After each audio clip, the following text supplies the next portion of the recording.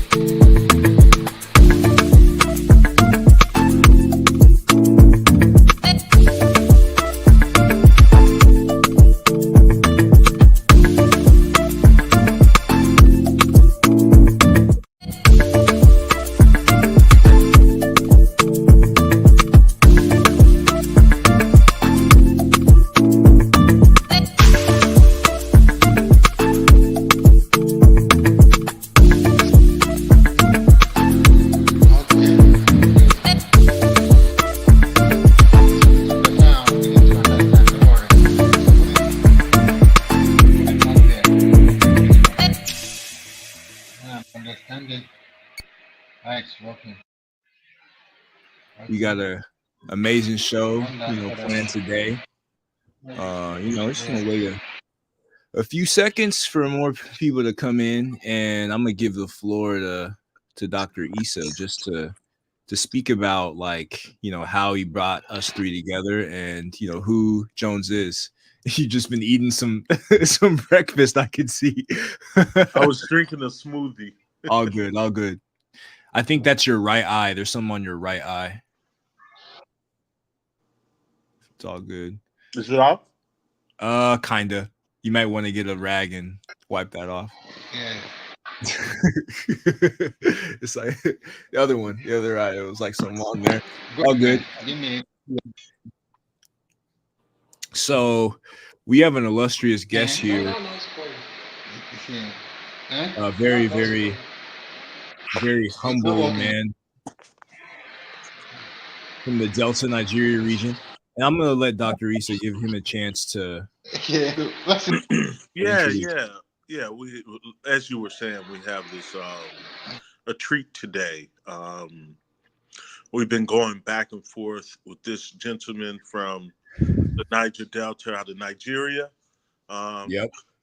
who has well, I met him online. He on Disciples of Diop, which is a Facebook group, and he was making this claim that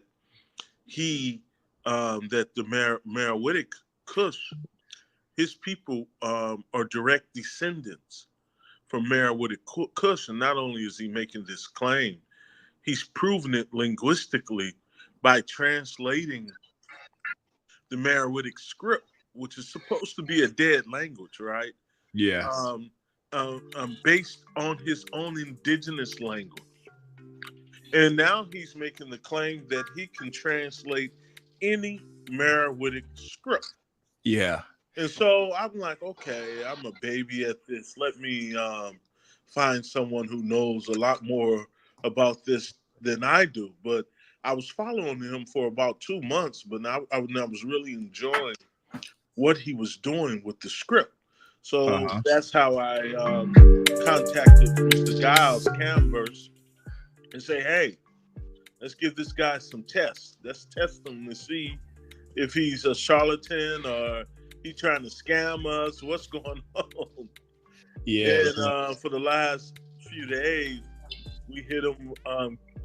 Giles hit him with about almost 100 serious linguistical questions. Well, we're just trying to challenge the perspective, because I mean it's really profound, just to be able to speak a language that most European scholars said is dead and that can't be translated.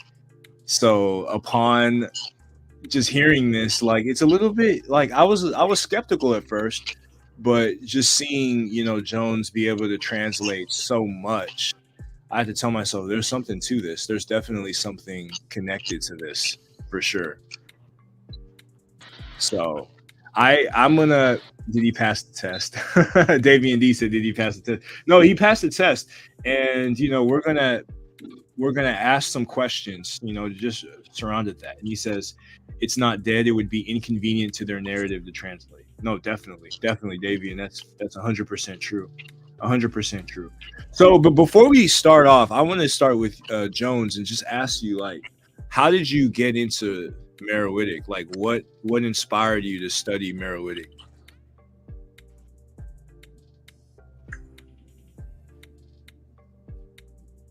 Okay. What really happened was this. I saw online names of Kushite kings, Meroitic kings, and I was shocked. This is my language. These names are my own language. How come? I first of all saw the name Pierre.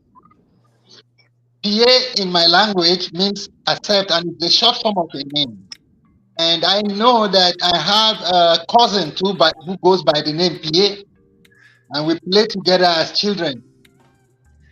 And I now look at his name of his wife. His name of his wife, the first wife is Abar, second wife is Tabre. The town next to me, there is the Tabre family. Abar is a common word here in my place, so I became more interested. I said, let me look into the names of these Kushite kings. As I was looking into the names of the Kushite kings, I also saw another one called Malona Kene. Malona Kene is my language. So how come I got coincidences? Maybe some coincidence. Maybe it's not. Maybe there's another way they pronounce it. Then I saw another one again. Temmelarity Emeni. Temmelarity Emeni. I became shocked. Then that was not just all. What made it more curious was the name Emeni Karakrema. Now, you notice I call the word Emeni. I will explain that. Emeni Karakrema was the name of a king. And that is my language. Emeni was a god, or is a god in my area. And my ancestors founded a town in his name and called it Emeni. That is the town of Emeni. And the river going to that place too is called Emeni River. And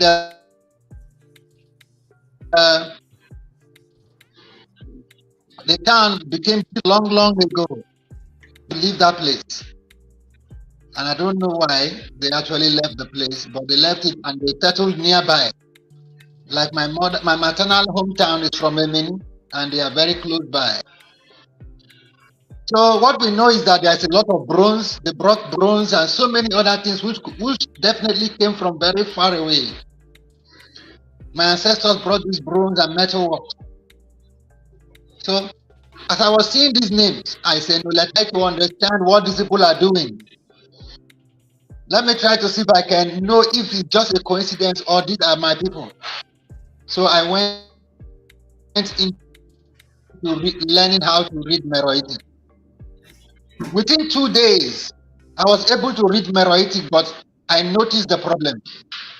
I saw the words, there are my language. Like Kelly, the common word. I know what it is. When I saw ko, though they are making the mistake saying ko, when I saw ko, boke is a word I also use every day. When I say tieku, I'm saying come first. Let us leave first.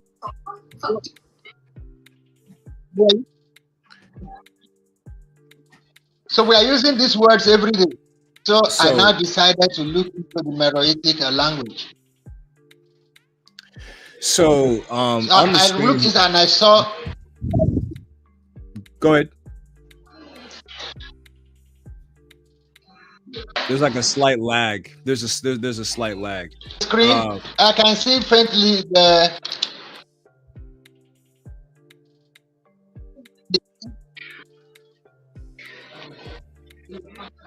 Okay, I can see them a little bit better now. Yeah, I have the letters. So these are the Meroitic alphabets, I believe. Yeah. So can you symbols. Can you explain them, Can you explain how you found out? Okay, the hieroglyphics. Yeah. Okay, hieroglyphic and cursive. Yeah, I can see them now. So what really happened was that in Meroitic, they did a lot of guesswork. First of all, you must understand how the language works, the language behind it. The people who were trying to decipher it don't understand how the language works. Yeah, it makes sense. Yeah. In this Meroitic language, vowels are very important, and they stand before nouns, and they are called definite articles. They must always be there. You must have them there, and not all the time are they written. That's at the beginning of the statement. So would it be correct to say that most words start with a vowel before the consonant in Meroitic? Oh, he looks frozen. Yeah, he looks frozen. He may have gotten frozen in the Matrix.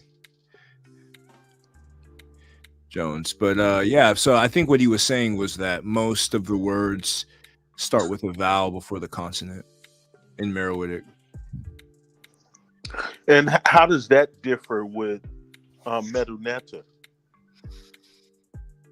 I'm not as familiar with the percentage of vowels versus consonants within the terminology. I would imagine that because there's many words that I can think of that start with consonants, obviously.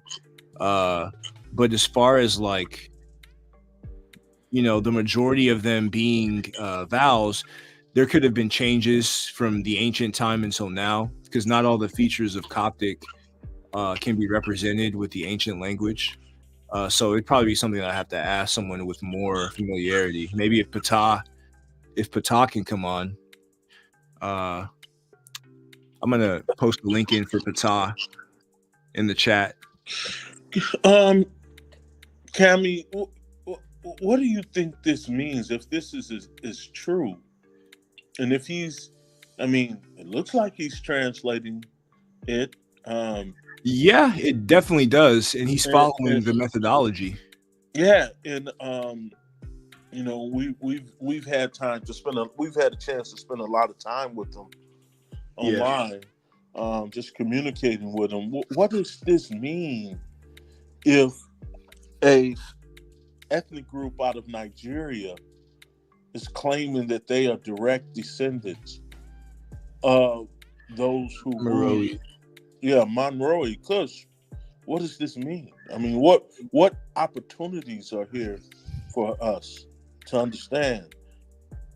To me, you have to rewrite every African history textbook, especially linguistics, because if this, and peace Patah is a speaker and translator of the ancient text, extremely knowledgeable.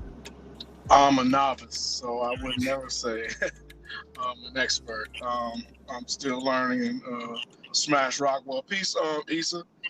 Hey, peace, Smash brother Rock. Patah. I hadn't heard from you in a long time. I'm a native of Dover, Delaware, so I know your history.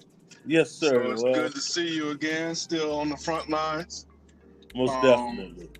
But yeah, you asked a question, and from my research and from listening to others' research here in the 2024 era, now everybody's finally catching up to learning about the Green Sahara. So with that Sahel, and they're starting to study slowly the Sahel, that swath of land that goes from East Africa to West Africa. And I don't find it far-fetched that language would travel, as even some genetic makeup within the communities from east to west. If E1B1A and E1B1B can be related, I can't see why later genetics can't be related, and possible tribal relations from the east to the west, as either climate pushed them out, or invaders or attacks, or even the grasslands of feeding their communities with either husbandry or moving and trying to farm. No, definitely. And the way that I see it, you bring up an interesting point about Green Sahara. It could be possible that the Central Delta languages, or Proto-Central Delta, which, according to Jones, it existed around the same time as Latin, and the way Latin proliferated into like French, Romanian, Spanish, Italian, etc., pre-Proto-Delta from Meroe would have precipitated into the languages of the Delta today. But it could have been the case that their ancestor existed sometime in the Green Sahara, and then one branch migrated on into Meroe, which we do have evidence of, like cattle cultures and certain plants, like black-eyed peas, going into being present in the Old Kingdom and going into the Pharaonic civilization. So one branch could have went east, and then another branch could have went south into Nigeria. So there's a lot of different possibilities about how this could be. But for Jones to have multiple words, like every text that he sees, he can decipher it. He understands the word in Ogbia, in the Delta. That's fascinating.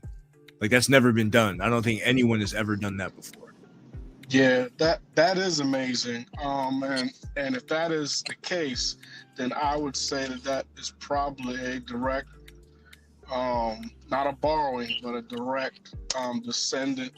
His language is a direct descendant of the Meroitic speakers. Mm-hmm. And then I also, just to touch on the question Issa had mentioned about whether vowels.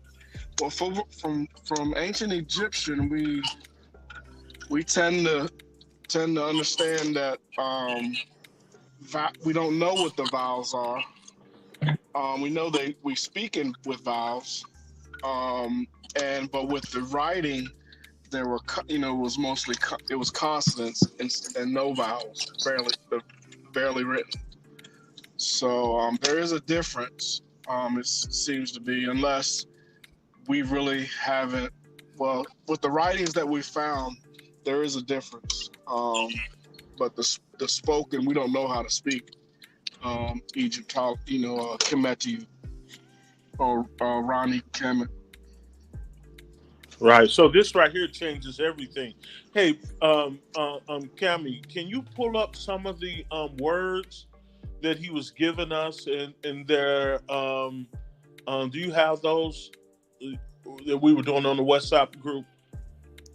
Yeah. I mean, he's actually back. Oh, okay, good.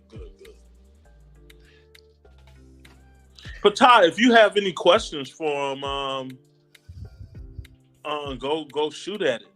Yeah, definitely, because he knows more than anyone that I've seen about Meroitic. I'll try. And he's coming on right now. But for those in the audience, we've just been going back and forth and taking steel sharpens steel. So we've been asking questions. We've been trying to get some clarification. We've been looking at the resources, and this is surefire because to me, there's no way that a language that far away could be able to translate Meroitic unless there was some type of historical connection. It seems impossible. Still there. Yeah, no, we've been talking. They'll be very pointed.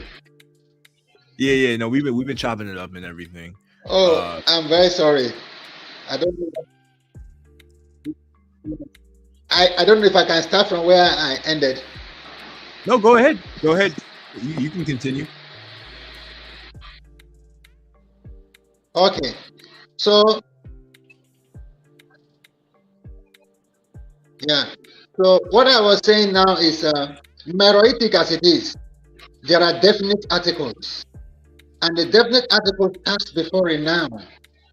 And where you don't see the definite article, that thing can never be a noun. For instance, they said Wosi is the name for Isis. They don't know how the language works. There is no way you can see a noun in Meroitic without vowel, most especially A going before it. It has to be always, there must be a vowel, and it has to be letter A or E. So you don't see that, and you don't know how it works, so they just assume that word is a noun or the name of Isis, which would be a noun, which is wrong. They didn't get it right. Wosi. Oh, it's not at all the name of Isis. The name there is actually the word there is Wosi. It's not always that letter O in Meroitic is mentioned. I mean, it's going to be pronounced. or having any value. They even notice that letter O is not having value all the time. They know it.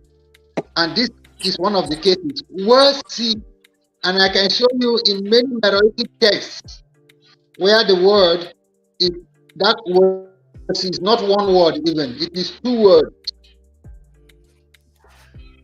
You will see the word, you see the C, they are two separate words, but we are thinking it's a noun, which is very wrong. So Meroitic is my language and is what I speak every day. The Ogbeya language is the Meroitic language. So there is something when I read Meroitic, I'm speaking my language, so I find it easy. The only thing for me is to get used to the alphabet or the symbols, and that is all. I'm speaking my language. So if you don't understand how the language works and you start speculating, you can't even read it because you must know where the definite articles are. First of all, try to understand that background, they were writing with hieroglyphics and they were not using vowels. So they already used to not writing down vowels when writing. Now they have brought in a new one where they use some vowels, but yet they omit the definite articles. It's not always there, the definite article. And you can even see that not always are things written. If you read, you see the word sorry, then you see sorry. Sorry cannot even be a word on its own. So when you don't see the sorry, know that it is still there. Whenever you see only sorry as the second word in the stela, the so that is still there. So it's sorry. It is still there, invisible. So it's not just soaring. When you see what they call worse, it is still worthy. The last letter I, the vowel I, is just invisible. So there are so many such invisible vowels in the text. So it's actually difficult to read for someone who does not know the language. Take for instance the Greek penny. If I ask somebody from Mero to call penny, you expect him to say a penny. And I've seen that before. So he will say a penny. That's how it is said. And again, the language, the structure of the language is exactly, it has not changed. The word morphology has not changed. The syntax has not changed. For instance, when I see a word, Asimiya dede, Meroitic as we see it can be used for everything. You can use to write German, you can use to write English. Can I hear you? Yeah, we're still here. Oh, it's cutting off. Oh yeah, I hear you perfectly fine. So Meroitic can be used to write. Yes, it can be used to write Greek, it can be used to write English, but as it stands, because it's not properly because Meroitic is not properly deciphered, you can't write the word Gideon with Meroitic. For those of you who know who know Meroitic as it is now, try writing Gideon with Meroitic. You can't. You can't write Van with Meroitic. Neither can you write the word Felix. So it appears that Meroitic is not complete. No, Meroitic can be used to write anything. And all those consonants I've just mentioned that make up a Gideon, that is the G like get, that is G as in get. It's also there in Meroitic. Letter F is there. But they don't know. So they just felt they did the best they could. So they don't know much about Meroitic, those who are claiming to know, because you will always be progressing in error if you try to read Meroitic without knowing the language properly. Professor. The language is called language. Professor, can you hear me? I can hear you. Yes. I would like to ask a question, just in terms of comparison. First question is, how old, I'm not familiar and I could look it up, but how old is the Meroitic text? Do we know?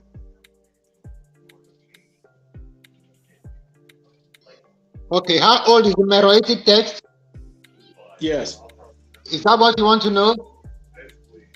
Okay, Meroitic text, as far as we know, the scholars have said, or the experts have said, it has been attested from around 200 BC. But actually, Meroitic text existed in Napata also. Napata, see how it works now. From that 200 BC, also, first of all, remember that Demotic Egyptian came into use during the 25th dynasty. Okay. Demotic Egyptian came into use during the 25th dynasty of Egypt. Yes. Without the blessing of the, without the permission of the king, no one can introduce a language for all people without the king's permission. And the king was Kushite. Okay, It has so never the second question. happened until Kushite rule. So Demotic Egyptian definitely came with the Kushite. Perfect. And that's what I wanted to go into. So I wanted to compare. Is there a word? Another question, please. Yes. Is there a word for the Nile River or the Api, in comparison to the Meroitic word? I acknowledge that I am submitting it from the help desk and not from. Yeah, there's a slight lag. Jones is in Nigeria right now. Yeah. I don't know if did you hear his question? Okay, the Meroitic, the Nile River. Yes. Yeah, so the question is, he asking about the Meroitic word for Nile River? Yes. Okay. Now let me. Okay. Now we all know that the word was Api in Egyptian. Api is the god of the Nile, and the Nile is also referred to as Api. But I have not yet seen the word. As I read the script, I would have known that this is the word for Meroitic. If I see it, I'll tell you. But because I've not seen it, I cannot answer. But one thing, let me tell you, in Meroitic, we learn many things. And I found that the gods in Meroitic, gods of Mero, are not known by any Egyptology. I was so surprised, except Apedemaki. Apedemaki is just one god that they know. But after that, what other gods do they know, the name by name? I saw in a script recently, and the god Abasi is mentioned. How many people have ever heard of the name Abasi among Egyptologists? But it's there. I have the stelae. So Abasi is the name. So the Nile itself, maybe there in the stela, I mean, the script, if I read, I will get to know it. Thank you so much. If you don't hear me, if you can hear me very well.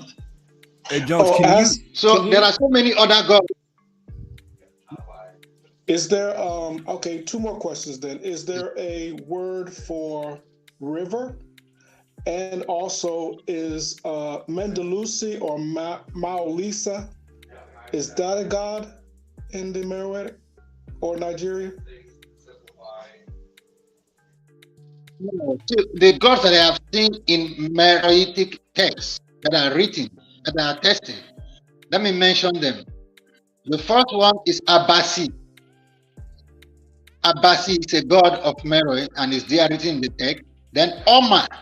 Oma is also a god. Just for me to know the Egyptian equivalents. Itaka is also a god. Then there's another god again called Kara. Kara is also a god. Then Obani.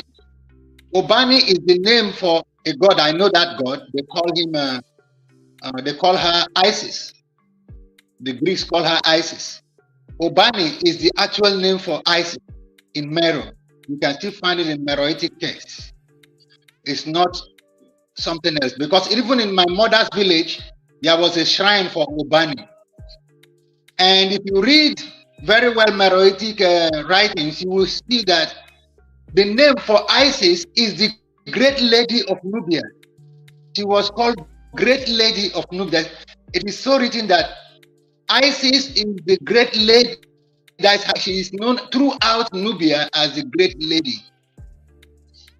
Now, Obani translates into Great Lady. And Obani is the same language that is used to write the Meroitic text. It's from the same language. That is why if you go into you see Anne Dami, you begin to, that is my wife, Anne. Ebomane Dami, my beautiful wife. It's written there several times in the text. So we are not speculating. We know the language by God's grace, and the language teaches us more of the Meroitic scripts, more about the Meroitic scripts. So, gods, as mentioned, if I understand your question very well, I can't hear very well sometimes.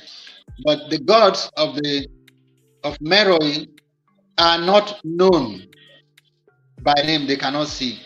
If you want to know, I can give you an idea on how to know the text. If you can just read a little, well, to understand the name of a god. Once you see the name of a god, what will follow it is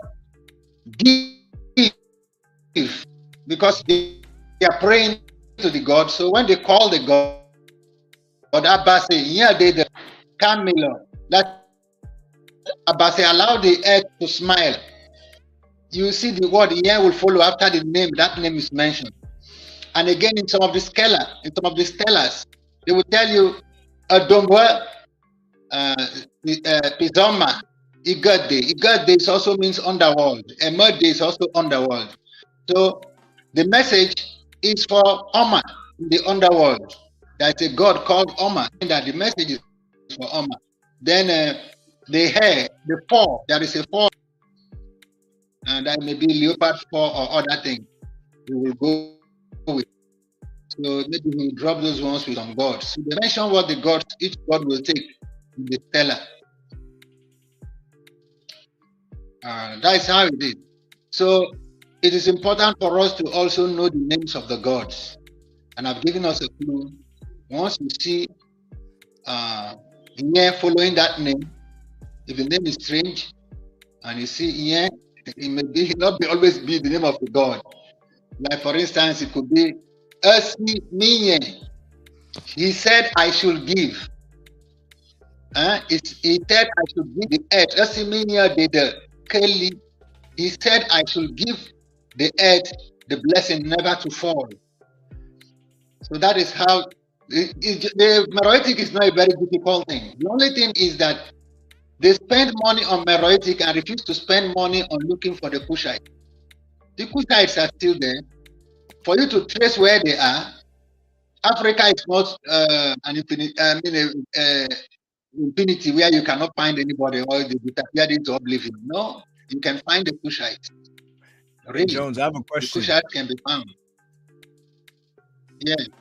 I have a question. So from the chat, Set is saying, how come in the ancient Egyptian language there's no vowels, but the Meroitic has vowels? Like, what is the difference between the two writing systems? Okay. It is assumed that anyone reading hieroglyphics knows the language. That's what the writers of the hieroglyphics, the scribes, assume. So once you see those consonants, you know which words will fit in. Now, in Mero, they only tried to upgrade. They only tried to upgrade the writing system, the hieroglyphic. They tried to make it easier. So they added some vowels into make it easier. But it's not that. It depends on the scribe. Some scribes, I've seen some scribes, the way they write like hieroglyphics, though it is cursive, Meroitic cursive, but they omit many of the vowels. It depends on the scribe. Some scribes allow you to see them. Some scribes remove some of the vowels. And that is how it is. So ancient Egyptian did not use vowel. But it's not that many people think that the Kushite have nothing to do with Egyptian hieroglyphic. Not true. You see how we know. First of all, ask yourself, where was Amun, the god Amun, born? I want to explain this about hieroglyphics for you. Where was, according to ancient Egyptian belief, the god Amun was born on Bel Barkal in Napata, Kush. That was where he was born. So if the god Amun was born in Gebel Barkal, and Amun created all other gods according to the belief of the ancient people. Or Kush, or Meru, the capital of the land of gods, because all gods came from Amun, and the Egyptians say Amun even resides there. That is his residence, Gebel there. Amun was born there, and then Amun created the thing. So the gods are always there.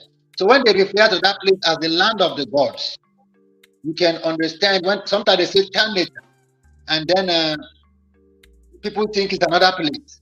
And so they tell you that Medunet are the language of the gods. Language of the gods is still the language of Kush. And that is what they told Diodorus. They told Diodorus that we have this writing, it belongs to us. It belongs to us. It does not belong to some other people, but the Egyptians are also our people. So they left. And the Egyptians also mentioned that their home is the land of the gods. So though they have some issues and problems, the thought that is normal between brothers, but it doesn't mean that they don't recognize that that place is the land of the gods. They even built temples there. The Egyptians went to Kush and built temples because they recognized it as the land of the gods. So I don't know if you understand what I'm trying to say here. Yeah. Basically, the Meroitic Kush, if I understand you correctly, they had a deeper understanding of the culture and the traditions, and this writing system was an upgrade on the previous Medu-Neter system in order for them to have an intelligible way of writing their language. Is that right?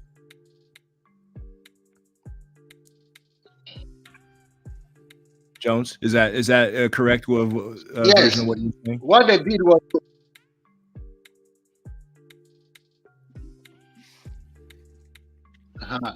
so if I understand, vowels were in the last question. No, Mr. Jones, did you understand what Camiverse said?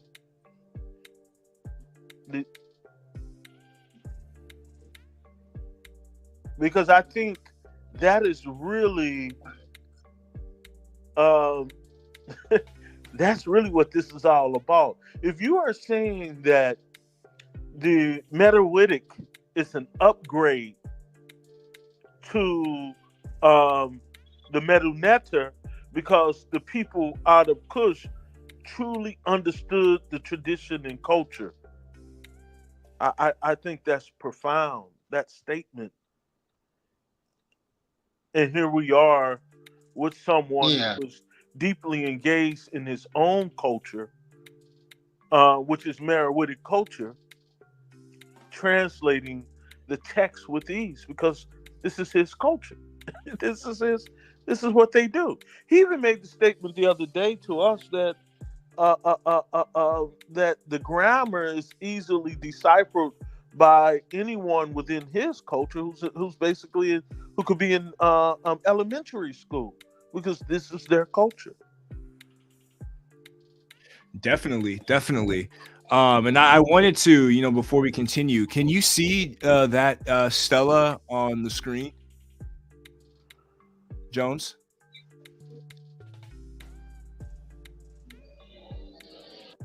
Yeah, I cannot read that stela very well, but what I know is I can't see it so well, but I can try to read because I could have some in my mind. But let me just read the first few lines because it's in my head. I've been reading that stela. Hello? Yes, we are waiting. Gals, I Okay, think you so took it down. in my mind, I can go. Okay, no problem. It's already there in my head. What is there is Welsi Wedeno. Look how I pronounce the word Welsi Wedeno. Enokeli Magam. What is that first is the first part of it. He said, call him. Give Welsi Wedeno. It has been said. It has been said by our elders that this is what we should do. So call him. Then when we call him, they said, he should, that's we agree. Yes, that's how we say yes. He should not fall. And knockily, Magam, if he falls, I will be angry. Then they now will call Terili. What Terili? That is, the body should be animated because we still perform that now. When we animate the dead is supposed to talk to us through the oracle. So there will be an oracle. So they say, what Terili? Then after that, there will be the name of the dead, which they will now call in this particular stela, the owner of the stela or the dead man for which the stela was written is called Damite Lido, not Domite Lido. Damite Lido is his name. Then when you say Damite Lido, now not we. I've read it before and I following this. I used to think before it is we no. Damite leader. Because of Damite leader, we have accepted. That's to the Christian amen. When they pray, they say amen. So when the priest has said Damite leader, now we is the word, but we put in the definite article form. So it becomes accepted, is taken. So detail Lidoko then is there and begin to read on. So I don't tell now with me. I would have read it for you. It's something happened. Like my easy computer to read. It's very easy to read. Just give me one of those documents. Is it better if you have it in document form, or is this one good? Okay, I will try reading it. Okay. Yeah, they're definitely trying to block this information because my computer just randomly crashed and I had to come back on.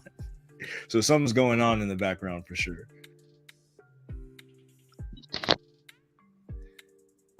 But let me know if you need if you want me to zoom in or anything. I could bring another one. And he says there are long vowels. There are vowels in Median nature. Long vowels like Arabic, no, E, but you got long A, I. I can see. Yeah, Kamji, if you can zoom in, that would be helpful for everybody, I think. Yeah. Any other stela, that's stela. I just had a memorized. Is that better? I memorize some. They're always in my head because it's like for us, yeah. You're speaking your language. I'm supposed to bring that light. Let me see. So maybe the stela is some of it is here. I will try to read it. So Damite Lidokowabi, that is what is there.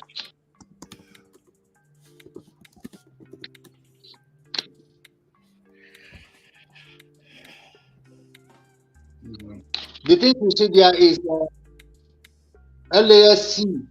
That is what follows. It has landed. No sympathy.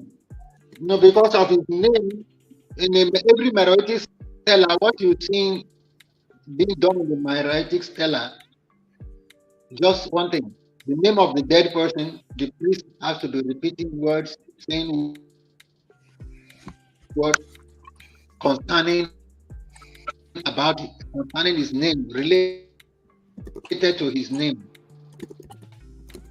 Then again, he'll be asking for drinks, for blessing, for libation. Then the people, all the people, be answering Irvi. That's why you see what they call we. Now, how can you know that there is a definite article before that word? They just say we, and they find one word, one meaning for we. Jones, I have a Because let us question. know that there is a definite article for that. I have a question. And that is always, yeah. Is this written from right to left or from left to right? I'm hearing you. Is but it it's breaking.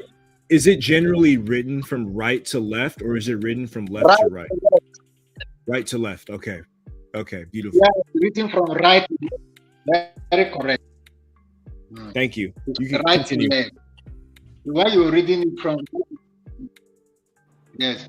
So everything you're seeing on Meroitic there, they start with word C is like an announcement. It's not. It's not ISIS or something. Word C is an announcement. It has been said. That's how passed this down. That is why they use the word sometimes. West also rain. It has been passed down onto us. That's what they're saying there. It has been passed down. West here, they have said down. And So Joe's it's not like, I something think, like, and again, we don't learn language by speculation. If we try to learn language by speculation, we will fail. Language is so complex.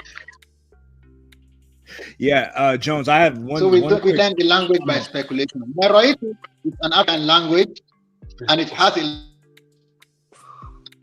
lot of African consonants and movement. So those things cannot be.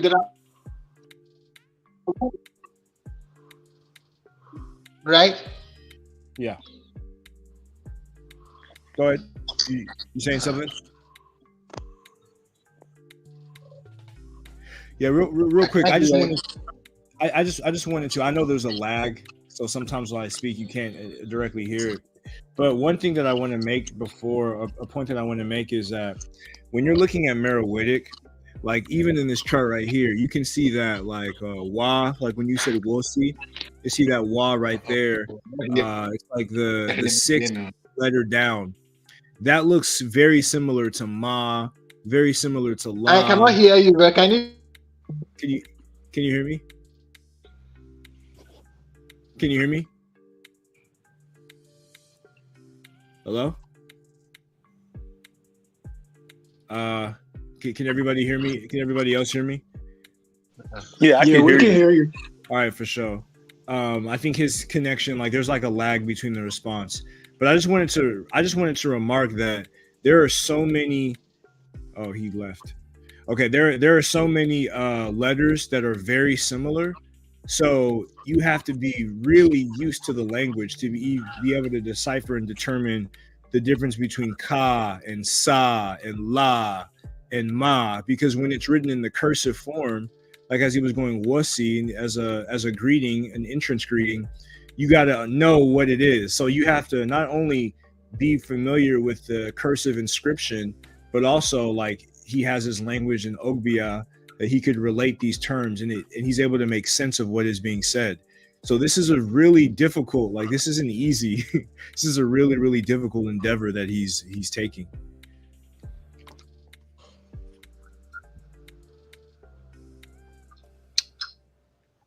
And so Patah, what is your understanding of Meroitic? I haven't delved too deeply into it because I'm still trying to become better at the meta nature. Um, and we were learning a little bit more of the uh, Heroic script. So and that was hard enough. So to transition into Meroitic, which is even younger, I was still trying, and I'm in love with the meta nature, the Old Kingdom meta nature versus the cursive, the what they call it, and the hieratic, or the Coptic. Yeah, I'm more, although most of the texts that have been found, I think, are in hieratic rather than in the Old Kingdom writings, like what they call hieroglyphs. So, can you answer Seth's question? I didn't get his question correctly, but what Seth was asking was, it appears that there are sounds that are long vowels in English, and let me see if I could bring it up. So he said basically saying that they have long vowels like like long A, long E with the feathers, I think, long Y, and then long U. Are those considered vowels in our context, or like how would you say that is? And I think this is another version of that.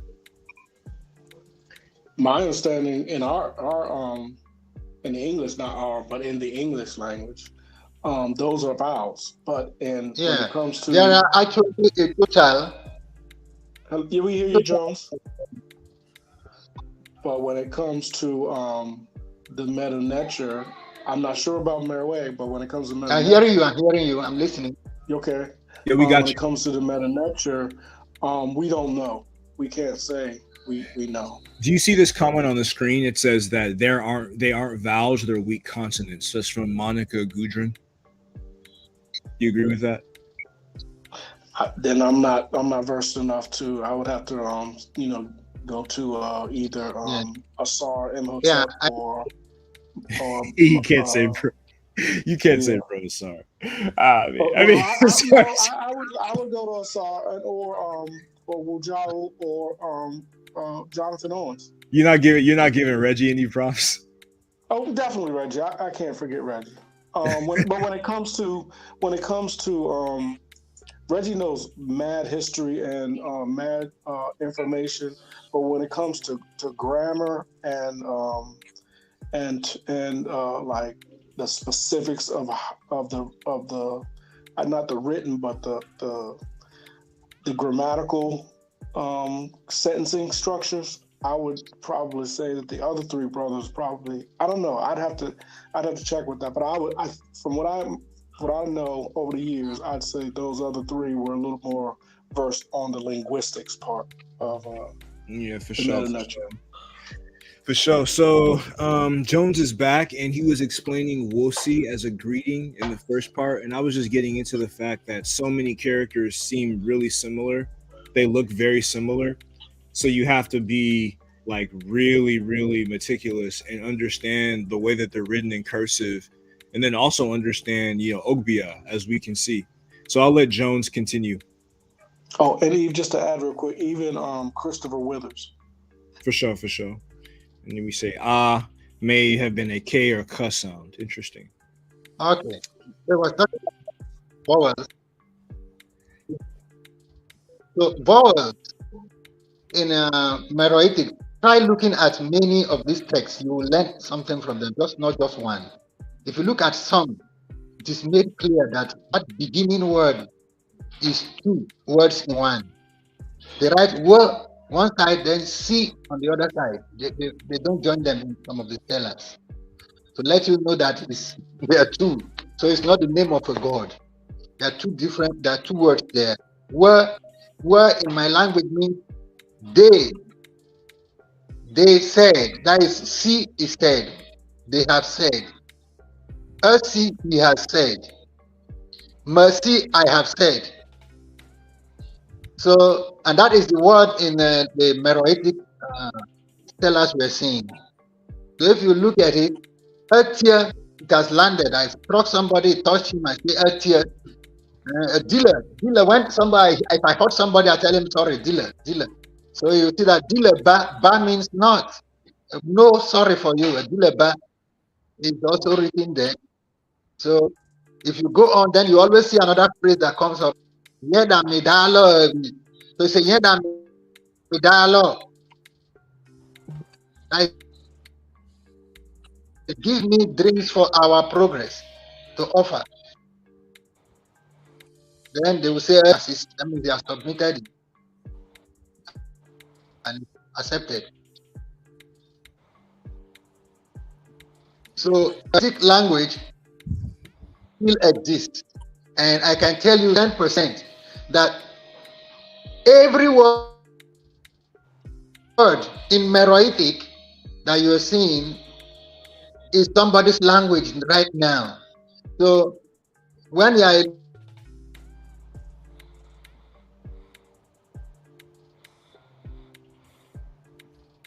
Damn. it's also written in this very step. What a great fall! Oh ears. So they were writing something related to the name of the owner of the stela. The owner of the stela, the dead man there, is Damite Ligo.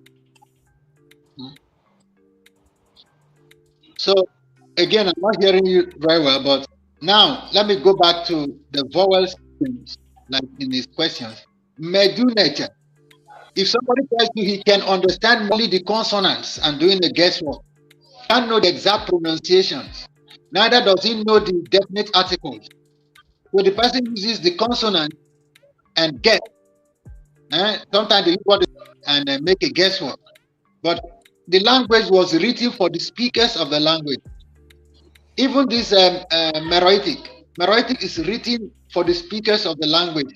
By the time you understand it, you think, how can somebody understand it without knowing the language? Because there are vowels that are removed. That Meroitic too. Many people don't even know that. There are vowels which are not in that Meroitic writing that we are talking about now. So how can somebody read that? So Medunature and Meroitic, including Demotic, these people don't write the vowels, and I don't know why. Because maybe they are writing only for their people. So they try to reduce the work they have to do. So they just write some few things, and it means a lot. Maybe, I don't know. Able to read it correctly. And you cannot speculate about the language like people are doing, that this maybe means this. There is no maybe. I don't use maybe at all. I know the words that I'm reading. It's breaking up a little bit. Yes. We got you. We hear you the majority of the time. So I don't use the word. I don't use media. We call it dry mental concoction. You don't make a mental concoction to understand any language. Language must be something passed down on to you. Then you pass it on to somebody else. Like if I'm to teach somebody how to read Meroitic, the person will understand easily, because I will first of all form a vocabulary of words used there in Meroitic, and the person can understand those words, and the person will also understand how the language works. That is the definite articles. Then anybody could read Meroitic. It's very easy. But once you need somebody who knows the owners of the language to teach you. That is just all. But to think that the people who spoke Meroitic or wrote in Meroitic disappeared forever, it's not true. They are there in Africa, and the stelas tell us where they have gone. For instance, the first place they went to and they stayed long, one of the stelae told us that the stela of Enokede, the Enokede, told us that look, there's a man called the Enokede who died, so they wrote this stela. But it tells us about the god Abasi, and the god Abasi can only be found in one part of the world right now, Nigeria. That means they went to southeastern Nigeria. Quite all right. My ancestors were in southeastern Nigeria. The whole of southeastern Nigeria worship Abasi. But Abasi came from Kush. Abasi came from Kush. And Abasi was worshipped there for many years. But at the point, there was a drought, so my ancestors moved further where they could get more fresh water. That's how we are where we are today. So, are you hearing me as I'm talking, please? Yeah. Sorry, I was muted. As Hello? I was asking. Yes, we can hear you. Yeah, we were muted. Oh. Sorry, I was muted as I was asking a question. But there's a Maybe question. About... I'm seeing myself, but maybe they are not connected. No, we're here. You can't hear us? Yeah, there's a lag. There's just a lag.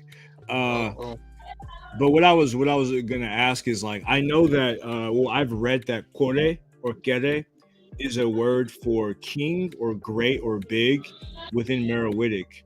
Is that correct? And do you have a similar word in Ogbia for king? I'm here. I'm not hearing. Okay, so kore or kere is a word that the Meroitic people use for king or big. Do you have a similar word, or is that correct in Ogbia?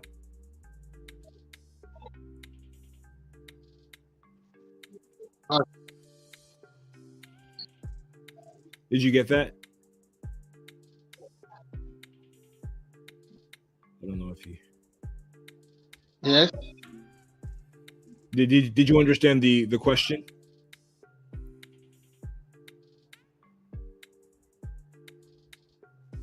Okay. I don't know if you. So, like I was saying, now to learn Meroitic.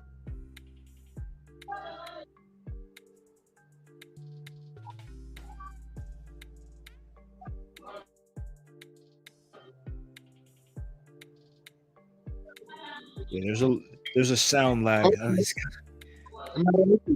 Mm.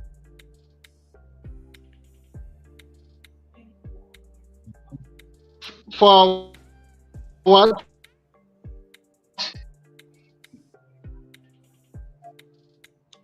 Yeah, there's a lag. I see his mouth moving, but I don't hear words coming out. It's all good. Akori. Yes, Akori. Akori is the word, is just a gather, person who gathers the people together. That is the Kori. And certainly I've not seen it in one Meroitic stela. I've been reading, I'm looking for more to read. I've not seen one. Because what they call Kore, and what, like sometimes somebody say Kore no Bolo, so that is the king of the Noba king. Very wrong again. Kora no Bolo, snake head fish. So that is the fish they call snake head fish, devouring other fishes now. The government is trying to remove them around Florida area. They still call it Obolo. So Kore is. Okay. So what do we do now? Can you now hear me now? Oh, I see what you're saying. You're saying it's snakehead fish, like the Uraeus crown on the Atef. Is that what you're saying?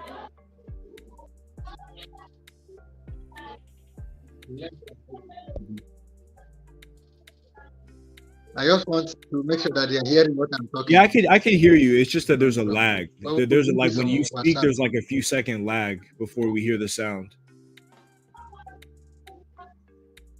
But I can hear you. Head fish. So that Obolo, because really.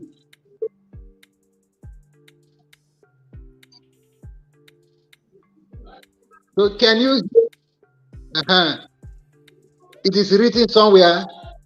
Kore no Bolo. Kore Nobolo means here is the king of the Noba people. Yeah. Kora Nobolo or Kore Nobolo simply means don't walk with the snakehead fish. It is a parable. Obolo is still what we call it now, the snakehead fish. If another fish lives or moves with stays with the snakehead fish, that fish will be eaten. The smaller fishes don't stay near the obolo. Mm. Can you hear me? Yeah. Yeah, I was drawing a connection. Like when you said snakehead fish, for some reason, I was drawing a connection with the Uraeus crown. You know, the crown that was worn in the Pharaonic period. How there's a snake on the crown. I don't know if there's actually a connection between the two, though.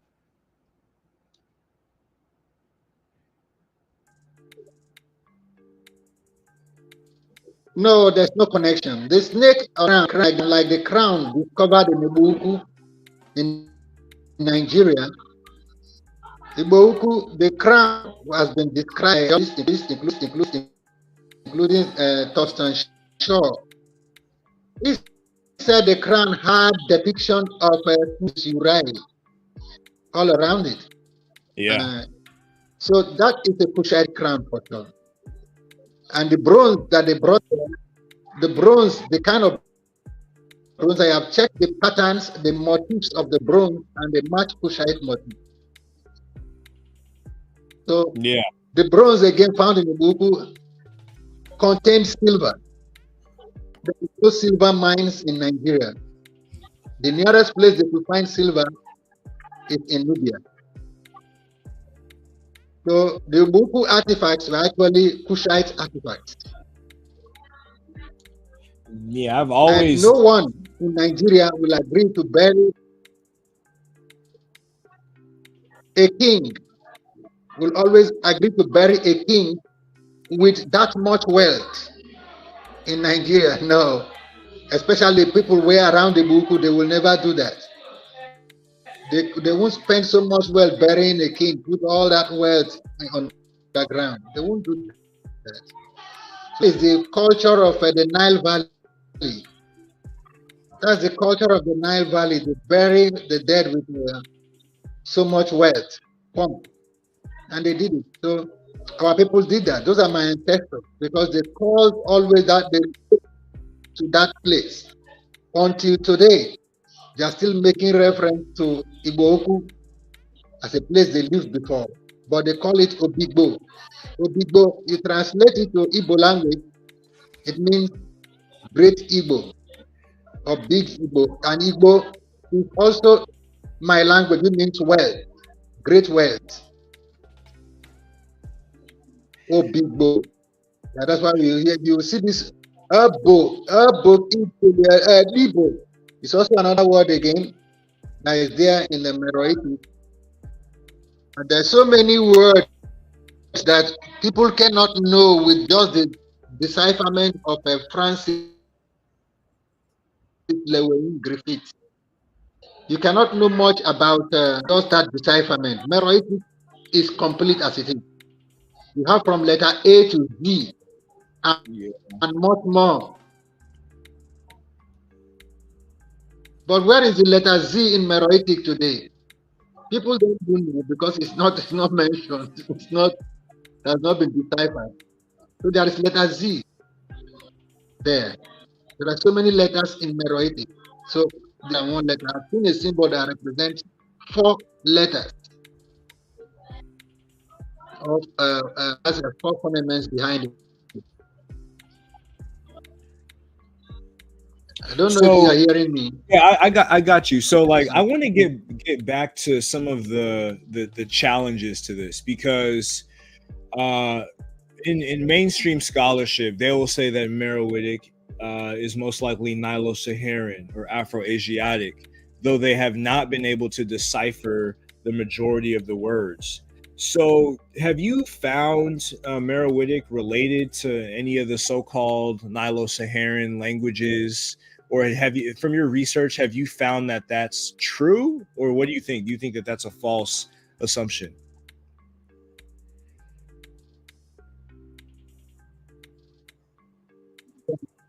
the first thing is that the Kushites were there before others. That's what they said.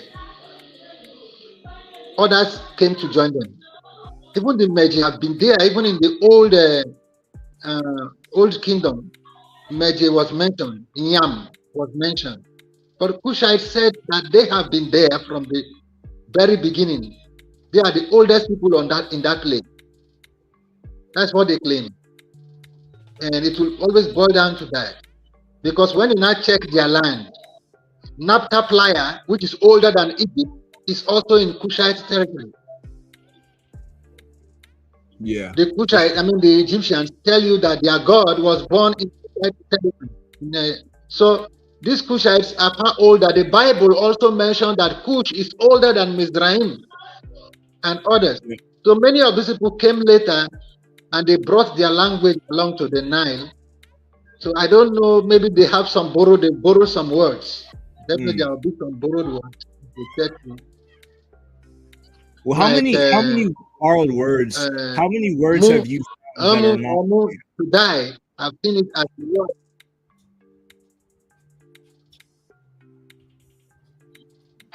How many words? Yeah, how many borrowed words have you found that are not seen in Ogbia?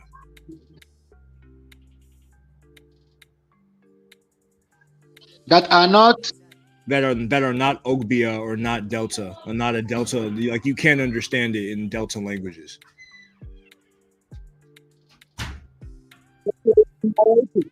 Meroitic, there are no words in Meroitic that are not Ogbia words. No, there are no words. I'm saying it again. There are no words in Meroitic that are not Ogbia words. Wow. So yes, what you can find in Ogbia, you can find Ogbia borrowed words. I say you can find in Ogbia borrowed words, but there is no word in Meroitic that is not Ogbia word. The only thing that if I don't know the word, I only ask another speaker of another Central Delta language, and they will just remind me that look, that word means this. Like I was asking for the word apakri. I have been hearing the word since I was a kid. Apakri. But I don't know the word. I saw it, apakri. So I started asking people. They told me, oh, apakri means somebody's planning evil against you. So I now remember that true. That is what I was told before. And I know to do it, but I've forgotten. Yeah. So in terms of Central Delta languages, are there any primary patterns that you also see in Meroitic, like word patterns? Like you mentioned definitive articles, but are there any patterns of like prefixes, suffixes, or roots within the Delta languages that you could also observe in Meroitic?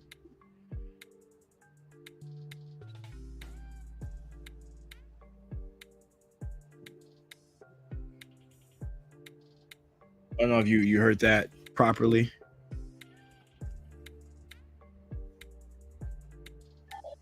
Yeah, they are all there, the same. For instance, I just mean here. That is how we form the word. I see here the Kelly. He said I should give me. I see me. That is how we say it even today. I see me. The Kelly. We have formed that phrase. When you say I see means he has said. He or she has said, me, I should give. So that is how we form our words even right now. The Meroitic is in no way, it's not different in any way. In terms of syntax, no difference at all. When we say word no, I call him. He, the same he we say we still use now. For instance, if you read some stelae, you see Ibawiana. Ibawiana, the nation of young girls. We still use the Awiana, the word for Awiana, even today. It's not some strange words. It's not lost. Maybe there are some lost words. I've not read all the stelas, so I cannot say. There could be some lost words, actually. But majority of the words that I'm seeing are words I know very well. The only thing that confused me at first is that the word, for instance, audio, it's Ogbia, but in Meroitic it is now audio. That's the difference. Erdio is Ogbia. Now they say Erdio. Erdio means day, the day.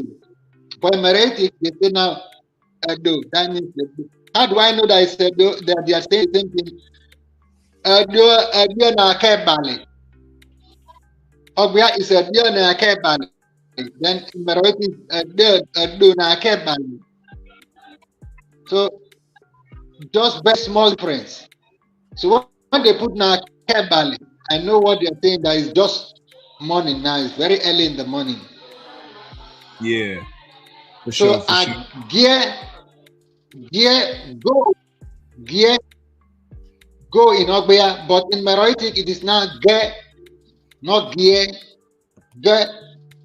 So many of the words that there's a small change in the spelling, but they are the same, and the grammar is the same. Syntax. So word dividers. There's no difference at all. Word dividers also What dividers?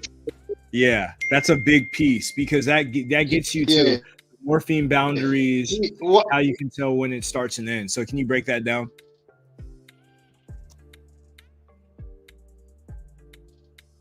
Yeah. Now those word separators or word boundaries inside the Meroitic text also are there. I'll start from there. Now, anybody reading Meroitic properly, you will see that he will always end his sentence at that word boundary. He can't go beyond that. If I say what then no, and I say okay, and luckily I have ended there. So there must be a word boundary, there a word separator, showing that I have landed properly. But if I am not reading the language, I'll be falling in the middle of words. That means I am cheating and I'm wrong. Yeah. And there's no way you can read and fall in the middle of words. Now again, word boundary. In terms of what is in Meroitic, there's another rule also that I've discovered in Meroitic. If a word ends with the vowel E, and if the word that is going to start it, the definite article is going to start with E, it will not be written in the next word, the second word. There is no need writing a word ending letter A, and the other one, the beginning of the other one also is letter A. So you now write A and it ends with A, another A again. It does not occur in Meroitic. It is assumed that the last word the next word. I don't know if you understand what I'm trying to explain. Yeah. So you're saying. For instance, I don't know. I can say the article allowed. Yeah, for sure. And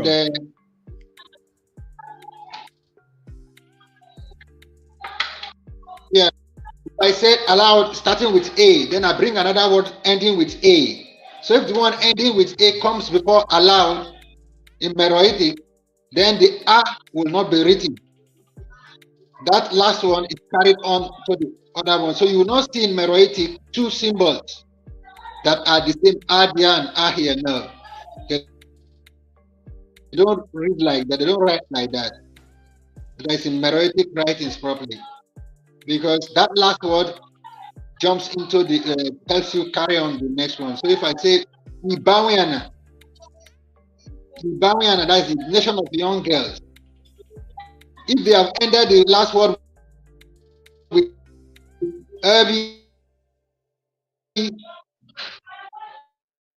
then the Bawiana is coming, the E will not be there. We only start with Bawiana. They believe that they've already given E there, the vowel, the I vowel is already given to me. So now, see how to prove. I have some things there at home.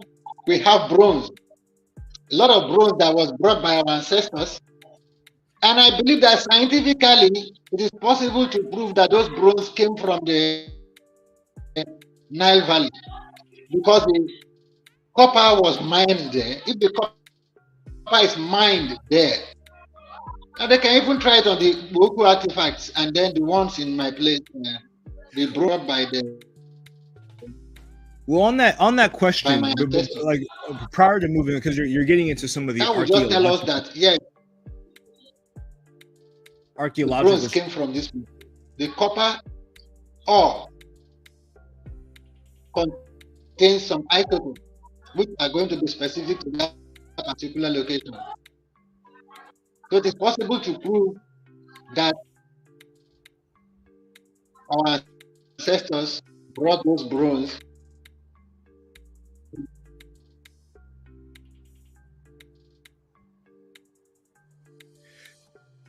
Yeah, there's a lag again, but it's all good. I was just gonna ask from the archaeological report, but just to get back to your previous. Are you there? Yeah, I just wanted to All right, that's like yeah, it's a lag. It's a lag. Yeah, go ahead. Yes, those bronze they are still there. People can still see it, but the ones in the Buku archaeological and the ones in my place, they are there and they can still be tested. Not only did my ancestors make a bronze, they even made bottles, and their bottles were not like the ones made by the Europeans. Wow. That's a really big piece, and all of this stuff works together. All of it works together. So yeah, but like I was saying to you, just artifacts, not just the bronze artifacts brought by my ancestors, they also brought bottles, and these bottles were different from the ones made by the Europeans.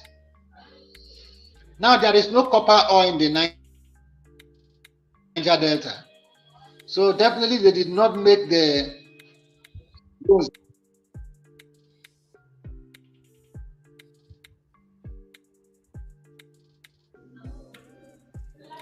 yes, for sure. And there's also like carnelian glass, which they speculate is from the Nile Valley as well. Which they actually not speculate, they've determined that the carnelian glass seen in Nigeria and West Africa was from You are hearing me. Kush. Now there are so many things we can use to prove the presence of Kushites in an area. Yeah. First, the crown in Ubohuku. For those who have access to the British Museum, if you read there, definitely they have it. They will show you the crown. And if the crown, you see it, you will know it's a Kushite crown. Because I only saw it faintly.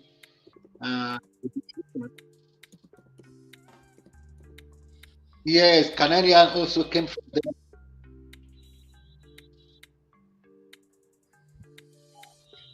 I'm gonna try to bring this up. We're not going to speculate, but Canelian, one thing is which is not speculation. Canelian is not found anywhere in Nigeria, Nubia, from Kush. Thousands of Canelian beads. Canelian again was found Calabar, southeastern Nigeria, and large quantities again. I put this on the screen just so people could see the Igbo Ukwu representations. So Canelian, those things they're proving that the Kushites actually did stay there. But the crown, like that crown you are seeing there, the smaller one, the crown is like a diadem that he's wearing. And that crown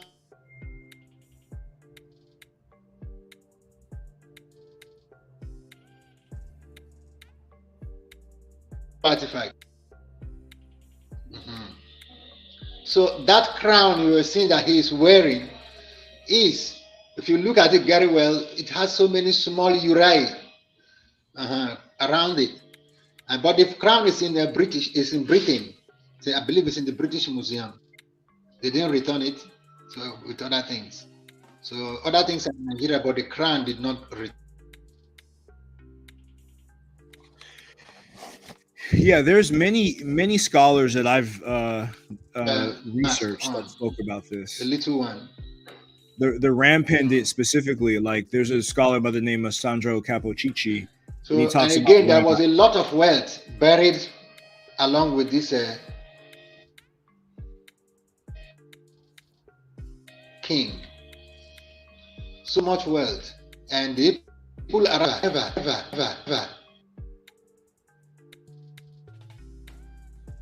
See if I can bring another image of it. Yeah.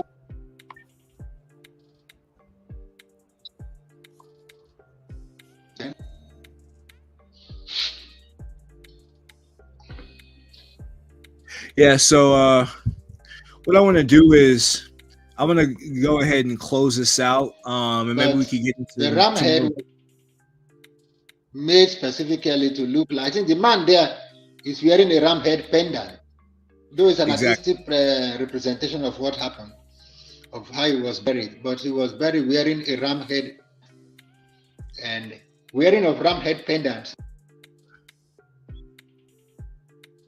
Yeah, that's a Kushite thing for sure. That's definitely, like, I could confirm that from my conversations with Sandro Capocicci, who also participated in Dr. Issa's conference. So the Beyond king, like I was saying there, he was wearing a ram head pendant.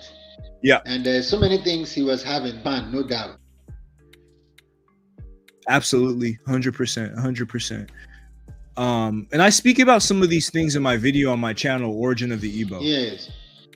So some things now, other things pointing to her from the Canelian and the Buddha. Then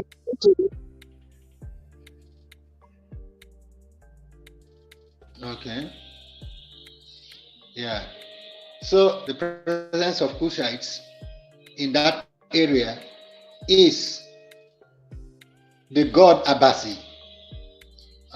Maybe I should have brought something to show the. I'll pass it on to you. Maybe you can pass it on to others to see where Abasi is written on the transcribed stela. Now Abasi was written and it's a god of Kush. How did Abasi move all the way to southeastern Nigeria and southwestern Cameroon? Abasi was so popular that when they were translating the Bible, Abasi was translated as the Almighty God. That is the God of the Jews. It's Abasi. They translated it as Abasi. So Abasi was a god of Kush, not a god of just southeastern Nigeria. No, they themselves know that it was not the god of the Christians, but was a god worshipped, and it was brought by the Kushites.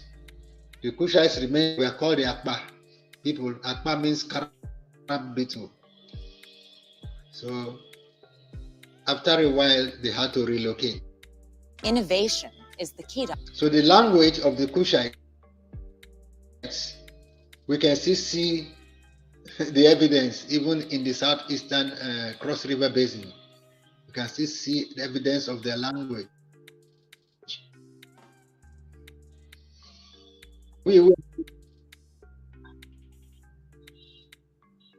Okay. Yeah, no.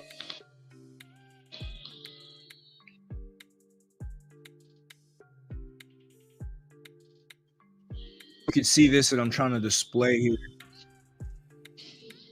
Okay. I'm trying to see, like, I had a represent. There it I'd is, love right to here. hear this one. So you see this right here?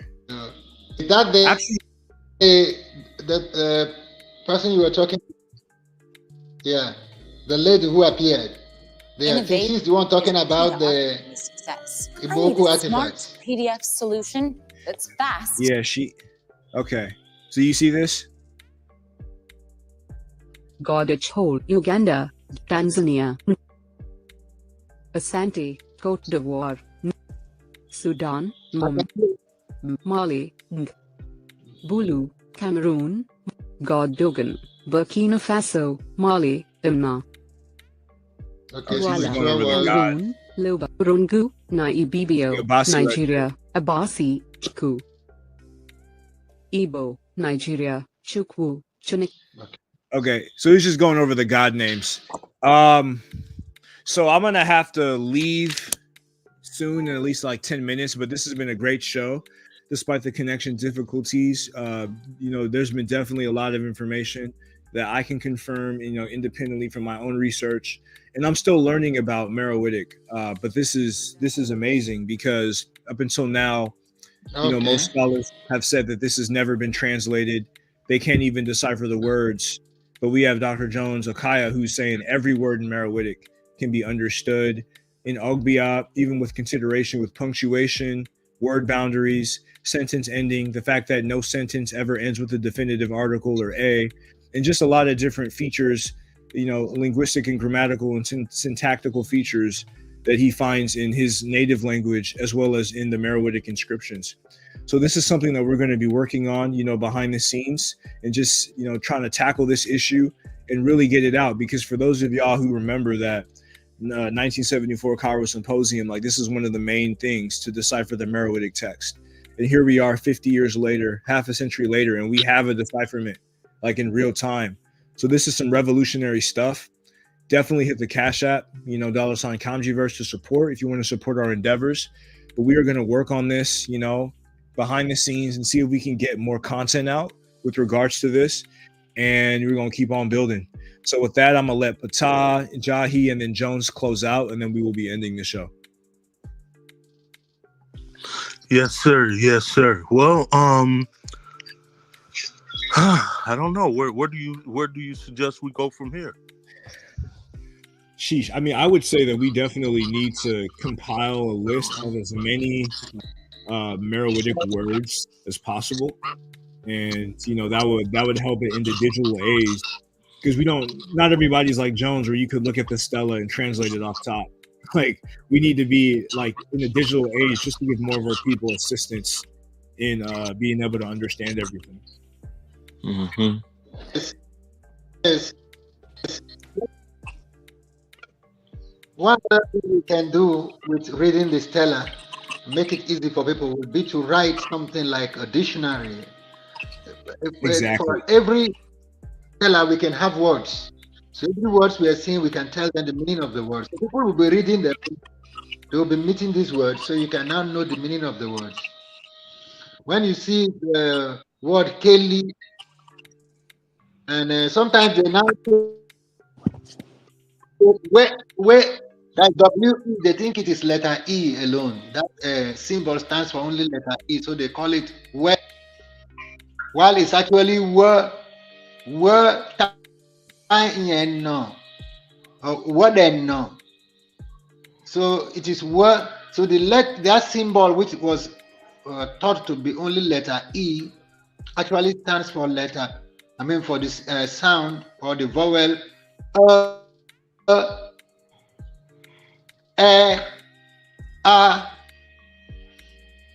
so that is it. For sure. So Patah, you got any last words? I don't know if Patah's still there. You got it. Great show. Man, I wish our connections to the motherland, as far as the network, was a lot stronger, where we could, and the lag wasn't there. But when we using these type of platforms, that's the way it is. You don't have like a serious satellite system, and even the professional satellite systems have those lags. So, and if it could have been a little bit clearer, but man, great connection. Keep Jones in the bag, and keep putting shows on like this. And man, this was a great information. It's a great information. No, absolutely appreciate it. Yeah, we're going to be building. We got some cooking in the background. Me, myself, Dr. Jahi, some connections that we have in Nigeria. But this is revolutionary. To be able to have a Delta language speaker, Central Delta language speaker, be able to interpret and decipher the text of Meroe is legendary. Possibly the greatest history, if not the greatest history, or the greatest discovery in African history. So stay tuned, everybody. I'm going to be trying to do this a lot more frequently, even though I've been kind of on a hiatus for the past few months. But this is something that we definitely want to get more deeper into, because Meroitic is the last stage in many instances of the pharaonic writing system. So this is something that we could use to develop African societies scientifically, have a scientific understanding. We could use it to inscribe and maintain the traditions of some of the languages on the continent that are about to be endangered and go extinct. We could use it for so many different other purposes. So this is super, super exciting. Again, support the Cash App, $sign Kanjiverse if you love the show. And with that, I will catch y'all on the next one. Peace.